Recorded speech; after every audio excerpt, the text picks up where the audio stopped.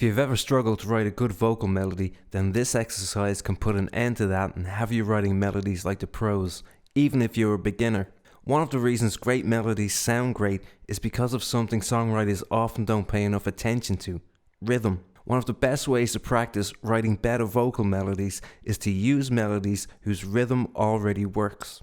And we can use the rhythm of these melodies as a jumping off point to create our own better melodies. First, we need a good melody to work with.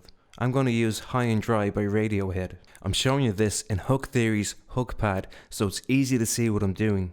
So here we have the original melody. The first thing to do is flatten the melody to one note and get rid of the chords. So we just have the rhythm, a rhythm that we know already works. Next, play around and change the notes to create a new melody using the same rhythm. HookPad is great for this, even if you've no knowledge of music theory. It's basically like playing with sound Lego, and we can change the key and the tempo to make it sound even less like the original.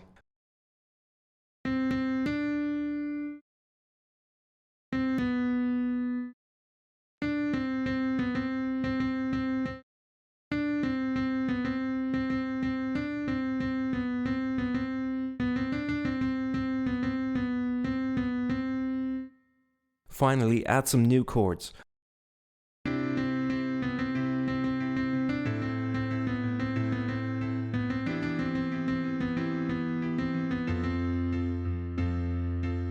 HookPad will tell you all the chords that will sound good with this. By the way, I am an affiliate for Hook Theory, but I can't recommend it enough.